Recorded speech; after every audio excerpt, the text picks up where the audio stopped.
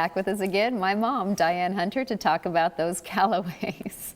And you know how important it is to pick the right agent, whether you're buying or selling a home. And those Callaways are honest, they have integrity, they take care of their clients. They're perfect. They become your friend. They really do. And so whether you're buying or selling a home, and regardless of the area, you need to call those Callaways. And you have one of their wonderful homes today, don't you? I do. I have this amazing carefree home, and it is situated on an elevated hillside lot, so it has stunning mountain and city views, so that is great.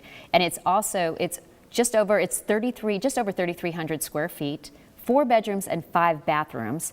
It's got an impressive sitting master suite on the main floor with dual side fireplace. It's got a walk-in closet, 2 patio exits, an oval jetted tub, dual vanities, and the multi-head walk-in shower. Wow, sounds And then all the fantastic. secondary bedrooms are upstairs with walk-in closets and the in-suite bath. Then there's a generous great room with a cozy fireplace, 3-car garage that has storage room and wall of built-in cabinets.